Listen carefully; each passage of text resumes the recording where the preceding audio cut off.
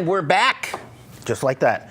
Now, if people want to read this, Yes. they can pick up, hold it up, this week's edition of the Pasadena Weekly, and that is online by Dr. Peter Dreyer. And I'll tell you what, this was really fascinating for me to read. I know you've done 2 other articles called A Tale of Two Cities. But this was a quick, easy read, considering it's so many words. Did you have something specific you wanted to focus on? I mean, how'd you pull it together? Well, we made a couple of points. One is that Pasadena is so unequal. We have a lot of rich people, we have a lot of poor people, and the gap is huge. We have the second biggest gap between the rich and the poor. Secondly, it's hard to make ends meet in Pasadena. If we don't do something about the cost of living, the schools are going to be hurting because people who send their kids to the schools are primarily working class people, and they're being pushed out of Pasadena.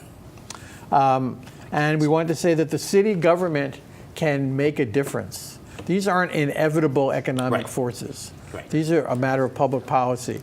One of the factoids in the report is that in the last about 12 years, the city has approved about a little more than 5,000 new housing units, and only 18% of them are affordable to school teachers and janitors and nurses and the working people of the city, including, like I said, school teachers. They're all luxury apartments. The city doesn't have to do that. The city can mandate more affordable housing through its zoning laws and other things, and it's chosen not to do that. One of our former guests on this show, Felicia Williams, is just writing in to comment that California's earned income tax credit is fairly new, and Governor Newsom has agreed to expand it. How much will this help, in addition to the minimum wage? Yeah, there's a federal earned income tax credit, which is basically saying to low-income working people that will not only not charge you taxes, but will give you something back. It's called a refundable tax credit, and the federal one is for people that make up to about $60,000. So it's basically a subsidy for working people, and the state has added a little incremental tax credit boost for that. So it'll make a difference. But again, if you're making minimum wage, you can't afford to live here unless you're living with 2 or 3 families in the same apartment or the same house. There's kind of an invisible poverty in Pasadena that people don't see, which is overcrowded housing. It's people spending 60% of their income or 70% of their income just to put a roof over their head. And that's bad for the economy too, because if you're paying your landlord 60% of your income, then you don't have a lot of left over to go to the grocery store, to get your hair cut. Or the restaurant. Go to the restaurants. And so all the businesses, all the retail stores in Pasadena would be doing better if the housing was cheaper and people were spending less on housing and more on other things. And it starts a domino effect when you talked about the schools, because if people cannot afford to live here and they take their kids out of the schools and go up to the Inland Empire, the enrollment declines and the schools get less ADA money. Right. That's right. And we just saw the results of that, which led to the tax increase, I and J. Right. But there's kind of a depressing thing that I've been reading a lot of the author Yuval Harari, who started with a bestseller called *Sapiens* and then wrote a book called *Homo Deus* and now wrote a book called *21 Lessons for the 21st Century*. And you cannot read that without getting depressed, because what he's really talking about is not kind of rich people trying to keep poor people down. He's talking about technological changes that could create virtually what you might call a useless class. That a lot of the work that is currently being done will be done by robotics. And I mean, that can mean even some work that doctors do is going to be done by robotics. And so that is a big issue coming around the corner. When I say around the corner, I probably won't be here. You may not be here. But by 2050, let's say, we're going to start to see that. Is anyone addressing that problem? I mean, do we have to go to a UBI, a universal basic income? Is that what we have to do? Do we have to say that work perhaps is something that is optional in some ways. I mean, how do we deal with that as a society? Because it's going to be huge, and I don't think we're even beginning, if we're not dealing with climate change, I don't know how we're going to start to address that. Well, when I was growing up in the 50s and 60s, there used to be this phrase called labor-saving devices. Yep. Right? And people would say, you have the first vacuum cleaner, you have the first dishwasher, you have the first, all these things that, technology was supposed to be our savior. Right. It was supposed to make life easier, and it wasn't supposed to oppress us. And the current way we think about technology is going to make us all out of work, right? But there's another way to look at it, which is it would be okay. We're a wealthy society, and having robots do things and having people, instead of people working at the grocery stores, you have the checkout done by technology. If people can still make the same income and work 25 hours a week, right? People would be better off in some ways. We'd have more relaxation, more time for But work for vacations. doing what? But it depends. Well, there's a lot of work to do, right? A robot can't raise your kids, Right. can't mow your lawn, But we could. I mean, you could mow your lawn. I just saw a story. They're working that, I just saw a story about a McDonald's. Yeah. There is nobody at the register. Yeah, Right. Yeah. It's automated. Right. But again, we does should all the orders there. We could see this automation as liberating, right? And that people don't have to work. Americans work more hours and make less money than any other industrial country in the world. And instead of being proud of that, we should say, in most of the Michael Moore made this movie about it 2 years ago called Who to Invade Next, and he went over to Europe, and they think America is barbaric because we don't provide 6 paid vacation weeks a year. That's right. Wow. Right? As every other European country does. That's right. They think it's crazy. So, we should be able to say there are labor-saving devices. I mean, I don't need to work. I mean, I like my job as a teacher, but you can teach online, but I don't think that's very productive. But people do that. But nevertheless, technology can be our savior. It sort of depends on who controls the technology. There's the key. And so, if you think about a hammer, right? You can use a hammer to destroy something or to build something. And we should think about technology the same way. We can use it to improve people's lives, and we can use it to tell people, like Barry just said, that they're superfluous. Right? Well, and we have to address that because it's also inevitable.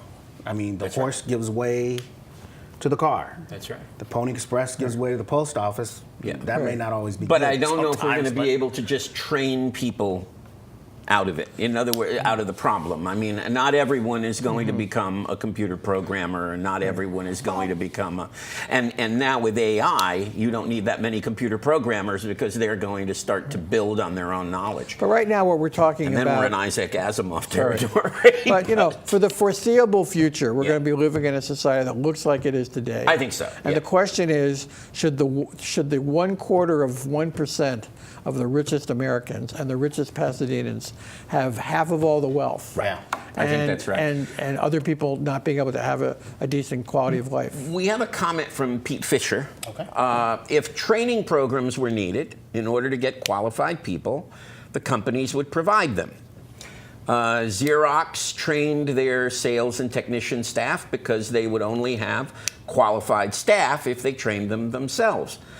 The public schools failed to teach rudimentary English and math, and I think that's the end of it. I guess it is. So I don't know if those two things come together well. You know No, what? yeah. The public schools in Pasadena, my kids went to the public schools. So did I. public schools in Pasadena They're are pretty good, right? They are good, yeah. And they So did I. have academies for learning how to be a cook, how to learn setting up to be a nurse, how to work in business, how to work in the digital Yep. economy. There's an incredible program at Pasadena High School on the digital economy.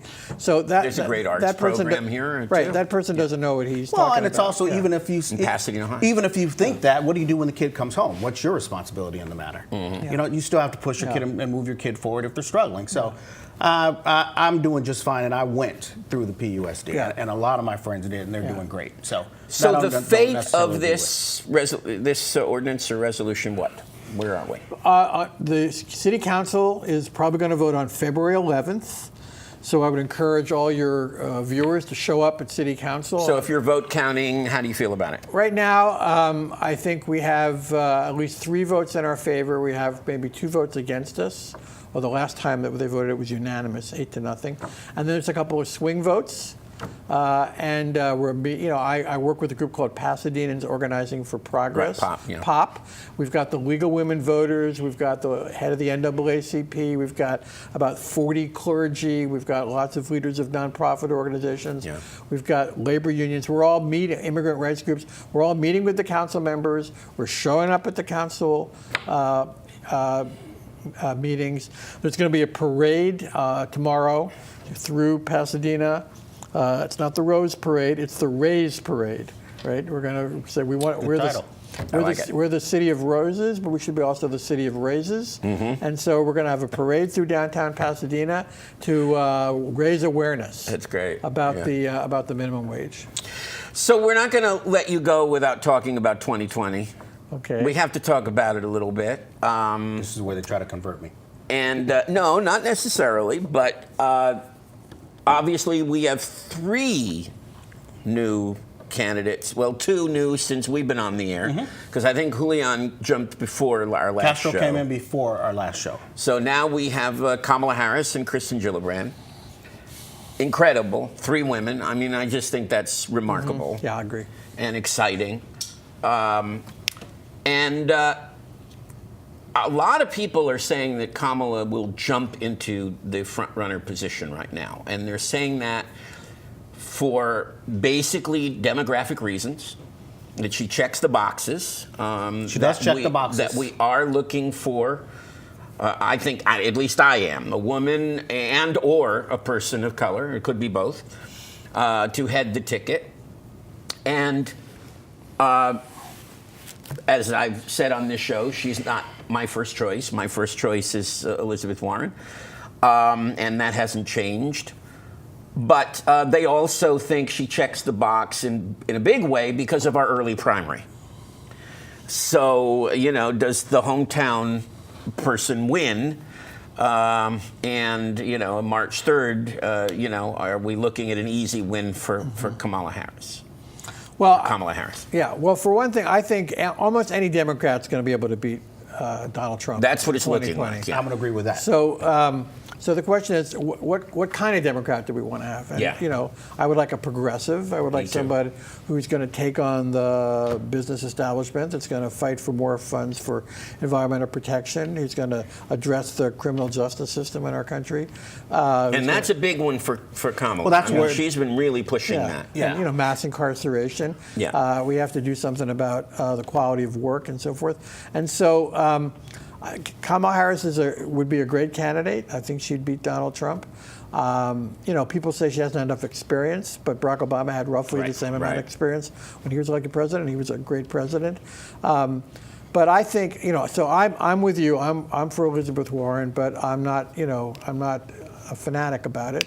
No, I don't think anyone's going to be. My gut tells me. Yeah. I mean, unless it's a Joe Manchin or something that surfaces, my gut tells me that whoever gets the nomination, I think it's going to be an incredible fight. And I think whoever gets the nomination is going to be supported by virtually the entire party. I think the problem is going to be that there probably will be 15 candidates. Yeah. And they won't know. It's going to be very hard to distinguish each other from each other. And those debate stages are going to be really crowded. Yeah. And nobody's going to get more than a few minutes to give their spiel. And the progressives, are going to, if Sherrod Brown, the senator from Ohio, gets in. Who I like a great deal. If he gets in and Elizabeth Warren get in and Bernie gets in, I hope Bernie doesn't run, but it looks like he's going to run, then the 3 progressives could be, taking votes away from each other. So you're not counting Kamala Harris as a progressive? I'd say she's a liberal, but not a progressive. She's not, as the Attorney General. Here's a big difference. As much as I appreciate her tenure as the DA in San Francisco, when she was the Attorney General, she had a chance to take on the banks who were engaged in all kinds of predatory practices, and she chose not to. Whereas Elizabeth Warren, her whole career before she was a politician was to take on the banks, to take on the business elite. And so that's an example where I'd say Warren's a progressive and Harris is a liberal, but not so fervent a progressive. If the election moves on that issue, Harris will have a lot to answer for. If it doesn't, I think she still has to kind of get her legs under her and find her way in some spaces. I'll say this. I think it's going to be very crowded, but I think that in a short amount of time, you'll start to see kind of the people you know who don't have a chance to get out because of the money issues. And I think that this election will be one where Democrats will go, I am serious about A, B, C. Mm-hmm. Over here has no chance. I'm going to get rid of that. I think you're right. And I'm going to stick over here. So I think in a short amount of time, we'll kind of see who the serious candidates are. Yeah, I think that's right. I'm still at a point where I'm willing to give Kamala a look. I'm willing to give everyone a look. I mean, you know, and I'm not willing to give Sanders a look at this point. No, other than Sanders. I hope he does not get in the race. I hope Biden doesn't get in the race. I'd really. Jury's out with me and Biden. I'm not going, I hope he doesn't, but I'm not falling on the floor begging him to jump in either. I just feel it's got to be a new face, and I count Elizabeth Warren as a new face, even though she's around our age. But she's got to, not you. I'm talking about Peter and me. But you know, even though she's close to that, she's not there yet, and I see her as someone new. And she has an incredible story to tell of a working class girl from Oklahoma who had to beg her parents to let her go to college, who was on the debate team, who had to get scholarships, she had to work her through college, became a lawyer, became a law professor. Her opening 4.5-minute video is amazing. So who else jumps in? It's really great. Who's the next big name to jump in? And we still haven't heard from Booker. We don't know what he's going to do. I think Booker's going to jump in. I think Brown is going to jump in.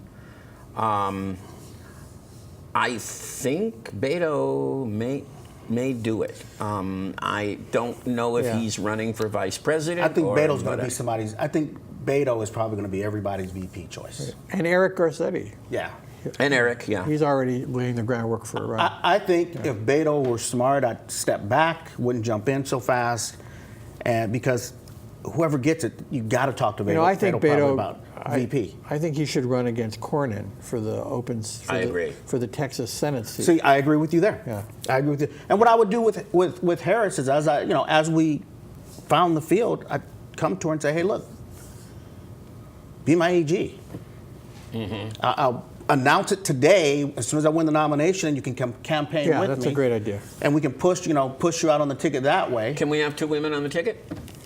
In America in 2019? I would like to think so, but I don't think so. Can you have 2 people of color on the ticket? I don't think so either. Nope. I mean, people say that Hillary tells you that a woman can't win, but I think Hillary lost because she was Hillary. That's right. I think all the women that are running now are going to do better than she did. I completely agree with that. Yeah, as a candidate. She had a lot of flaws, and she was a Clinton and so forth. So, nobody is, I show my students this poll that was done by Gallup.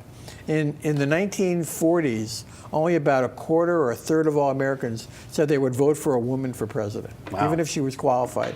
And now, about 95% of all Americans think a woman should be, qualified. And so I think Hillary made a big impact in getting us past that threshold of the nomination. Yes. Yeah. So now nobody is wondering whether a woman could be elected president. I agree. Yeah. And I think Obama did the same thing for people of color. Right. So it's a question of what kind of candidate they are, not what demographic they are. And Obama did it so well that I think Cory Booker, in some ways, and other men, African American men specifically, he set the bar so high that you look at it and you go, well, that's not Barack Obama. And I think even I'm struggling to get past that with Cory Booker. Yeah, well, I'm struggling to get past that Cory Booker is highly tied to Wall Street. Right. There you go. And to the billionaires that support charter schools. I haven't even gotten to that level yet. I just have to get to, that's not Barack Obama. Then we can get to, qualified or not.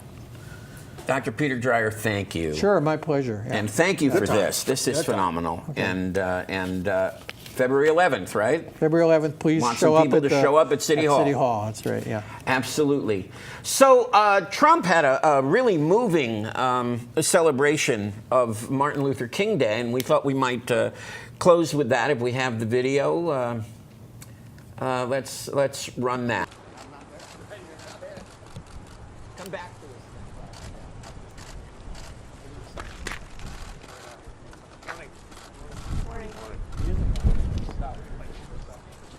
Look at that here.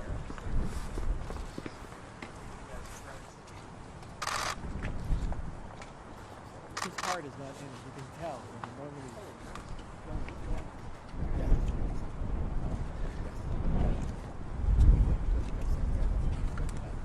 Hey, Donald, that's Frederick Douglass.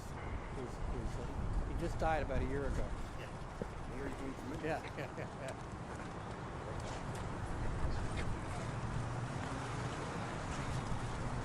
Look at that. Good morning, everybody. Great day. Beautiful day. Thank you for being here. Appreciate it. Talk about the shutdown at all? I didn't say that Democrats rejecting your deal. When was the last time you spoke with House Speaker Pelosi? Well, I don't Well- know how long that video was, I don't know if that doesn't bring a tear to your eye. I just but that's what I MLK just was don't worth to know what Donald will. Trump. There it is, right The there. moving, yes, of MLK. His African-American relation. All right, guys, that's it for us. I'm Barry Gordon. I'm Andre Coleman. See you next week. This is NewsRap. Have a good weekend.